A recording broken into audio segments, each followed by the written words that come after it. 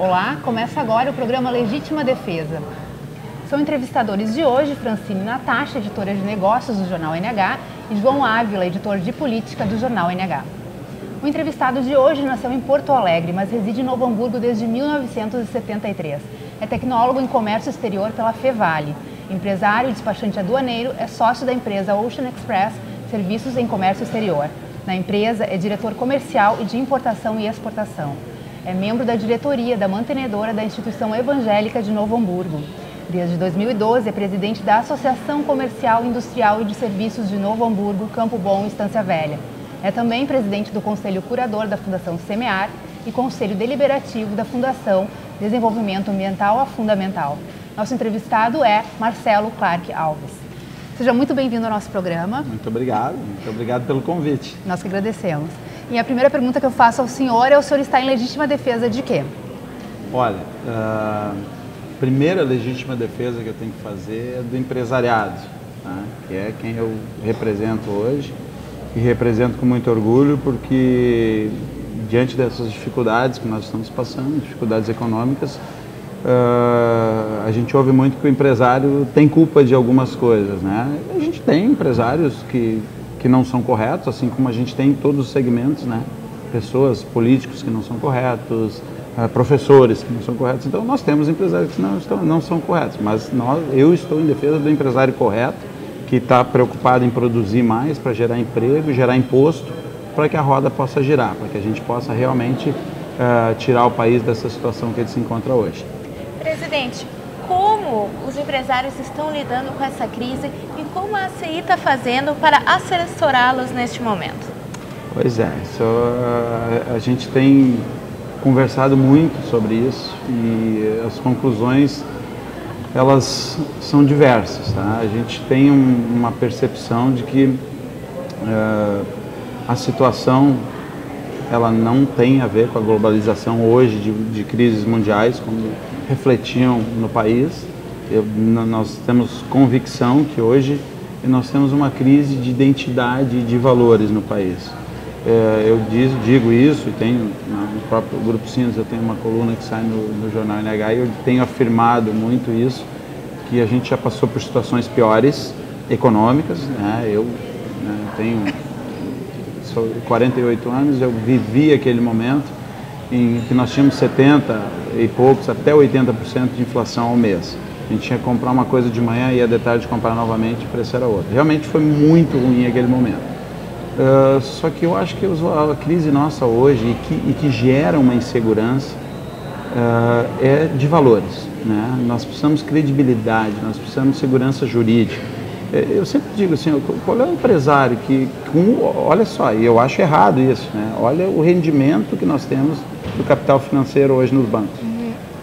Se eu quero aplicar um dinheiro, vamos lá, eu tenho 5 milhões, se eu quero aplicar no mercado financeiro, é muito mais seguro para mim deixar meu dinheiro lá do que abrir um negócio. Então, assim, o empresário que vem para o mercado para produzir, para gerar emprego, ele está preocupado com muito mais do que só o capital financeiro. Ele quer gerar emprego. Então, assim, nós temos que ter essa visão de que a roda precisa girar. O empresariado hoje está comprometido, mas a situação está muito difícil. Se eu vejo uma coisa hoje, sabe, como é que eu vou arriscar? Eu não sei o que o governo vai fazer amanhã. As regras mudam todos os dias. Agora mesmo, o presidente da Câmara tinha ocorrido uma votação, eu não estou entrando nem no mérito. Tinha feito a votação, ele voltou à votação e mudou o resultado final da votação com relação à maioridade penal.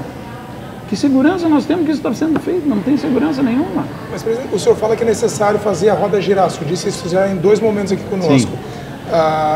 O que é preciso? Mas assim, nós não podemos falar em desenvolvimento sem falar em carga tributária. Sim. Como conseguir fazer essa equação andar? Desenvolvimento, carga tributária e empresas competitivas? Eu vou te dizer uma coisa, assim, a carga tributária, a gente sabe que ela é alta. Mas tem muitos outros países que ela é alta também. E esses países funcionam. Qual é o problema no Brasil? Primeiro, a regra do jogo muda a qualquer momento. Agora o governo lançou um benefício à exportação com alguns créditos. Acaba no fim do ano. Como é que eu acabo no fim do ano? Tem prazo de vencimento.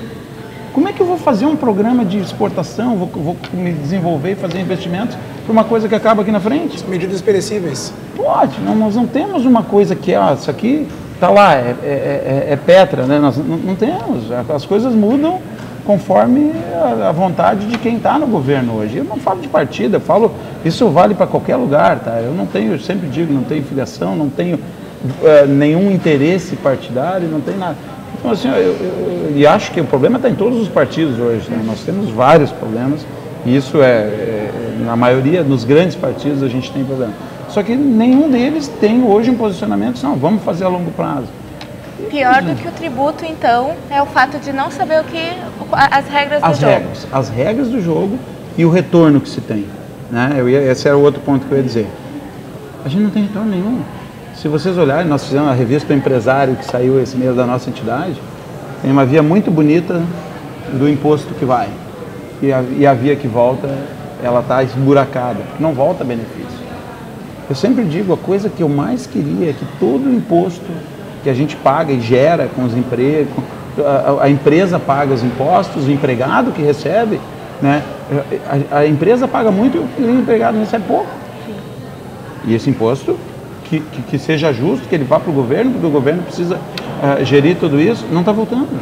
Olha a qualidade de saúde, olha a segurança, infraestrutura.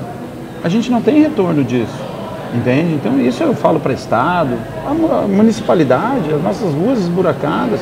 E assim, aí o município vem e diz, bom, não estamos sem dinheiro. O Estado, no nosso Estado, a situação que ele está hoje, é quebrado, entende? Bom, qual é a maneira de resolver? Aumentar imposto. Mas vai tirar de quem esse imposto? Quem é que vai pagar o imposto? Daqui a pouco vão aumentar nosso imposto de renda. Pessoa física. Porque as empresas vão quebrar. Vai parar tudo. Nós não podemos ser assim. Né? Tem que haver um meio termo. Eu acho sensacional os avanços na área social, desde que o Lula assumiu.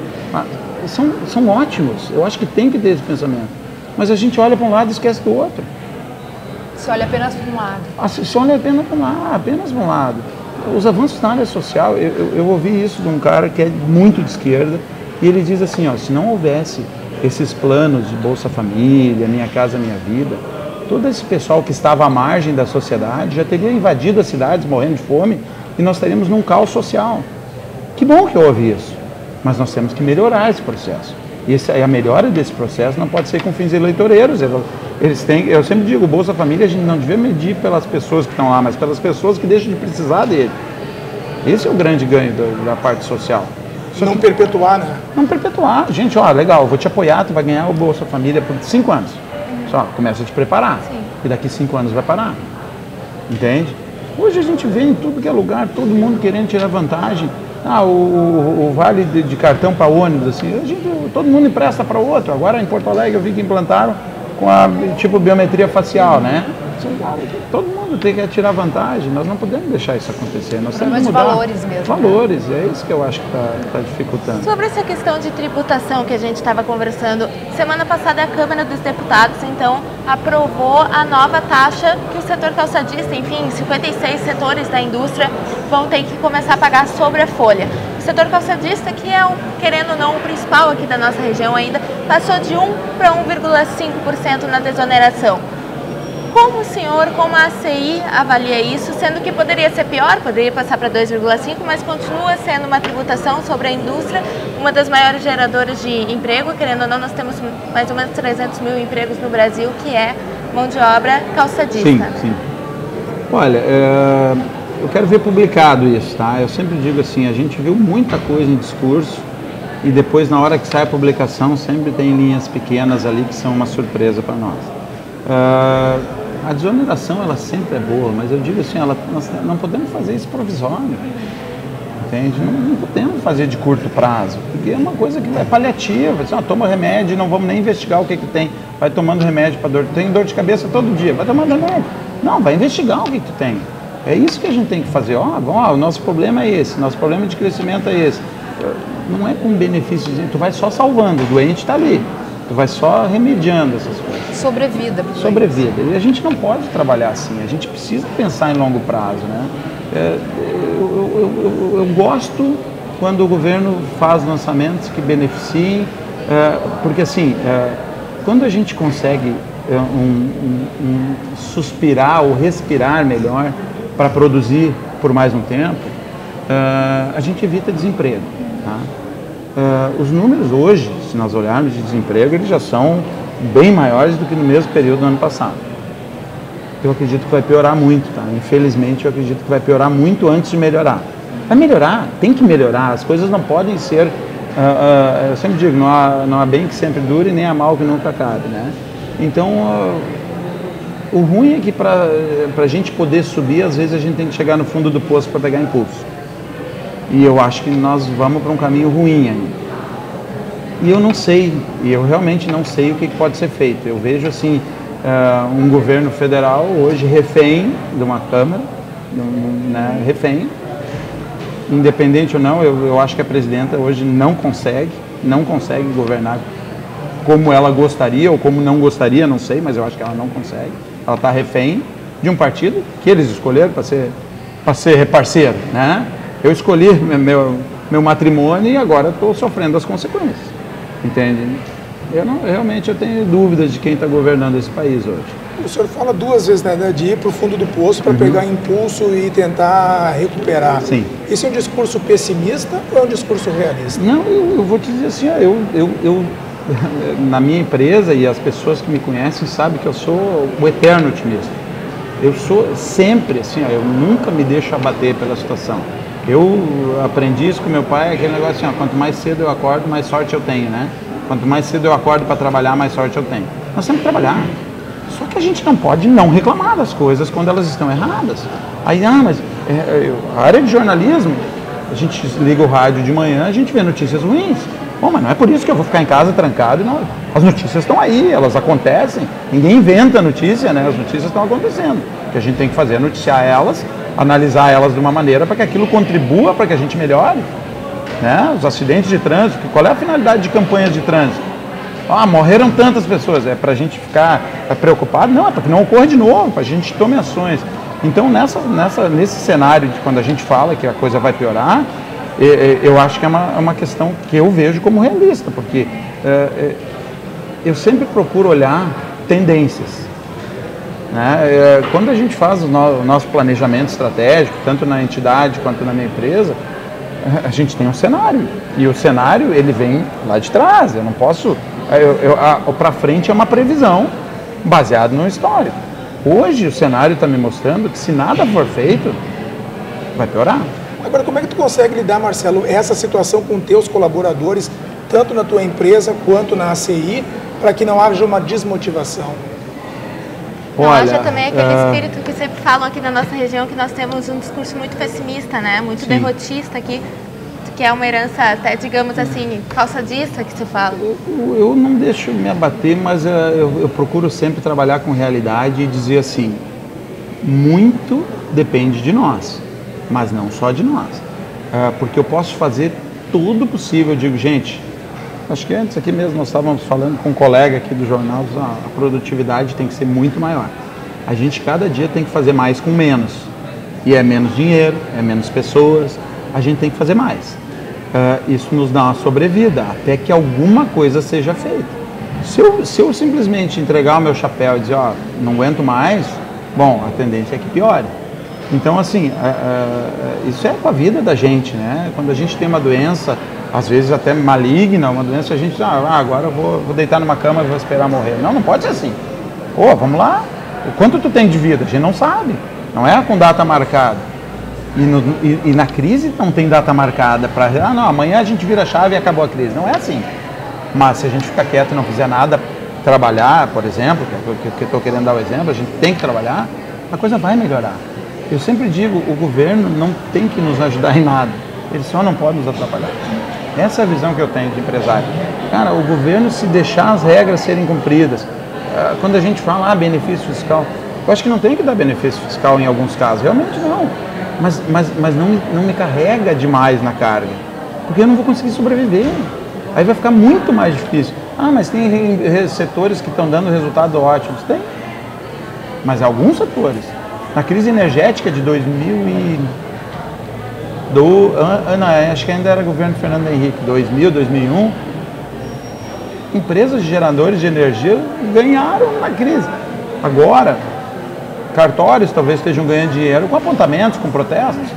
Na crise sempre vai ter alguém ganhando dinheiro, mas isso não quer dizer que seja bom, né? Tem alguns setores que estão melhor, tem outros setores que estão sofrendo muito. E eu sempre digo, isso para mim é que nem a inclusão social. A gente não pode ter só os ricos bem, as pessoas de menos poder aquisitivo. Tem que estar bem também, porque senão não vai funcionar. É a inclusão. E o empresariado também, tem setores que estão lá, mas não pode reclamar. Eu vejo assim, amigos me dizem, eu entro no mercado sábado, está sempre cheio. Mas entra segunda, terça, quarta e quinta. Claro que a gente precisa comer. Eu acho que a área de alimentos é a que vai sentir por último, porque restaurantes já estão sentindo mais, a gente vê. Eu almoço todos os dias na rua, eu vejo que restaurantes que tinham fila hoje não tem mais fila. Se o governo não atrapalhar, então já ajuda. Muito, muito. Nós vamos para um rápido intervalo e voltamos já.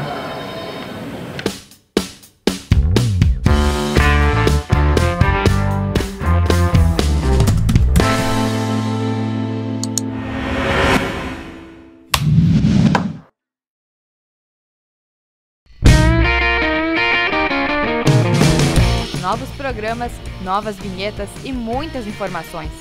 Na nova grade de programação da Web TV do Jornal NH tem esportes, saúde, entretenimento, debates e notícias para você viver melhor e ficar por dentro de tudo que é destaque na sua região. Tudo isso com atrações ao vivo e gravadas que podem ser acessadas no site do Jornal NH todos os dias. Assista e dê sugestões nas nossas redes sociais e também no WhatsApp pelo número 9362-0051. Nossa missão é promover o desenvolvimento das comunidades onde atuamos. Se somos líderes em 54 municípios, é porque vivemos a realidade de milhões de pessoas.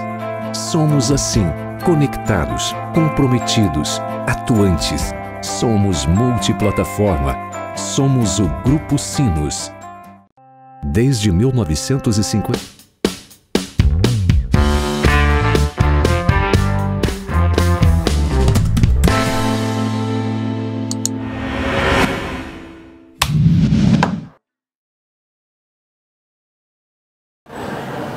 Estamos de volta com o programa Legítima Defesa e nosso entrevistado de hoje é o presidente da ACI, Marcelo Clark Alves. Bom, Marcelo, qual a opinião da ACI e a sua opinião sobre a lei da terceirização?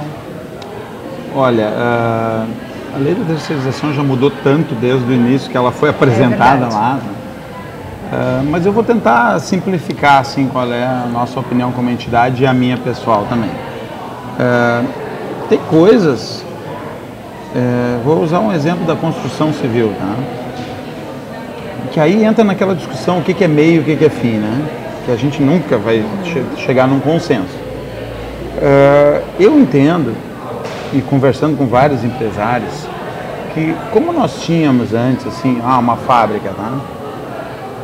Ela tem as linhas de produção. E como nós sabemos, as produções hoje, diferente do que foram no passado da supercalçadista, elas são eletrocardiograma, são sazonais, né? Corre uma feira, o cara vai lá e tira tantos mil pares. No outro mês tem que esperar a venda, tem que acontecer. Então o que acontece? Ela tem uma capacidade produtiva e em determinado momento ela vai lá, pega um ateliê que a pessoa às vezes trabalha em casa, um casal com filho, tá? Trabalha em casa. Bom, ela pode usar isso aí como um terceirizado? Eu acho que pode, desde que isso não seja 50% da produção dela. Isso é um ponto de vista meu.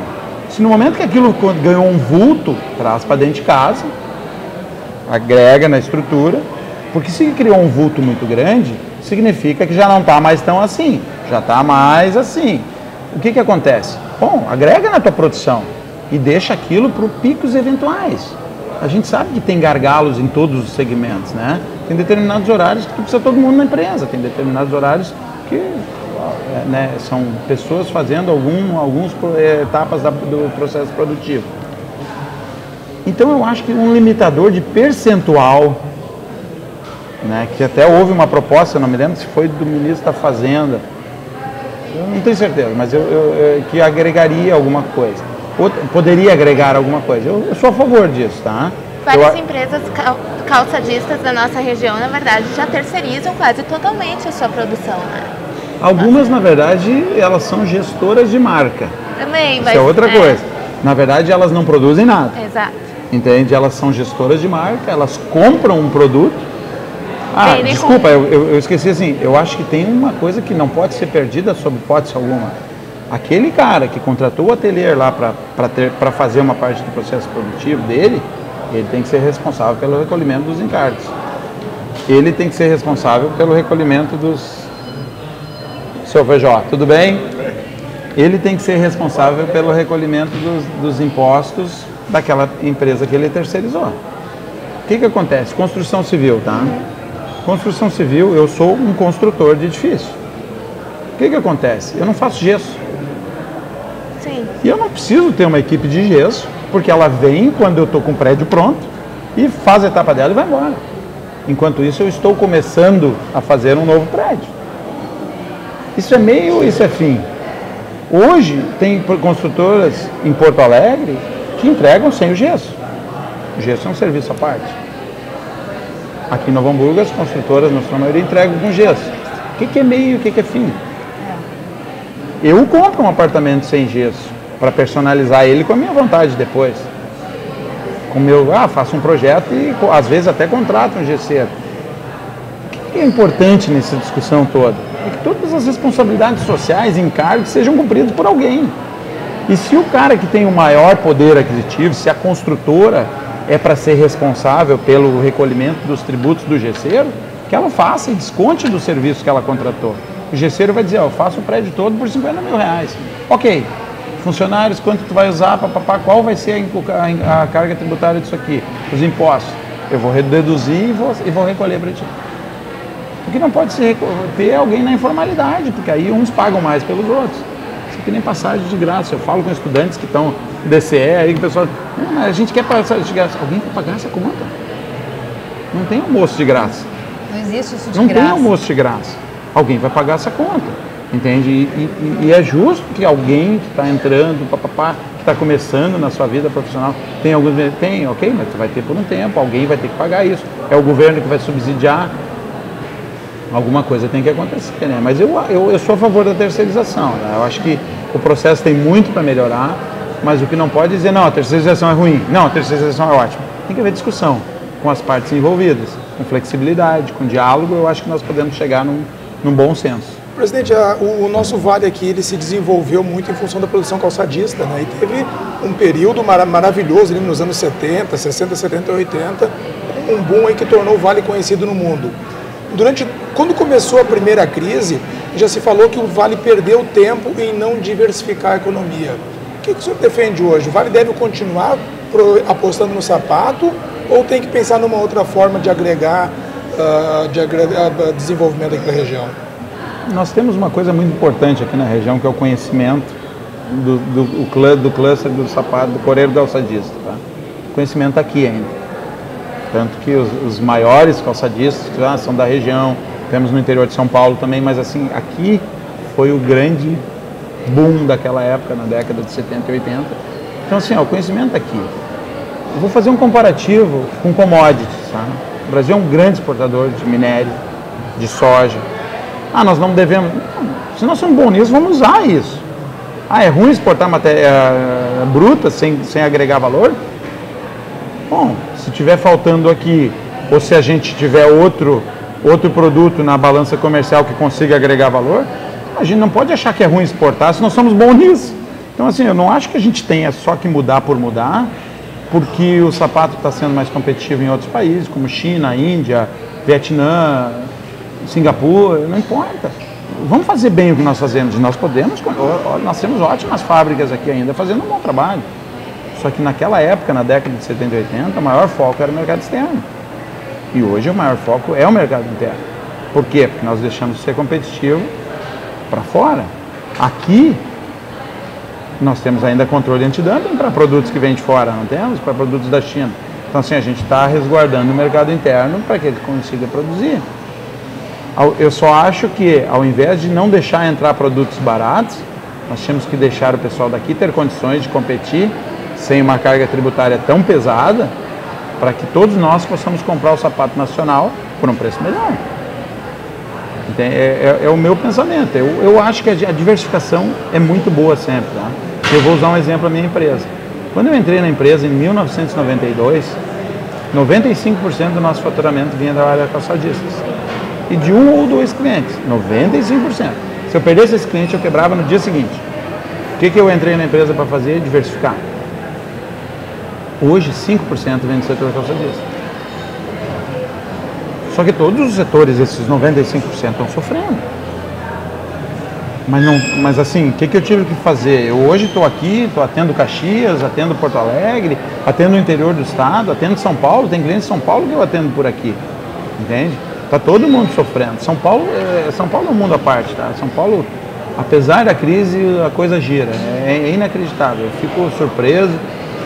A capacidade, são empresas muito grandes, né? É um mercado à parte, assim, é um estado realmente que tem a capacidade de continuar crescendo com a crise, achando alternativas e não sei se isso é causalidade de estar o mesmo partido no governo há muitos anos, não sei, eu realmente não sei, eu acho que mais do que partidos são gestores, tá?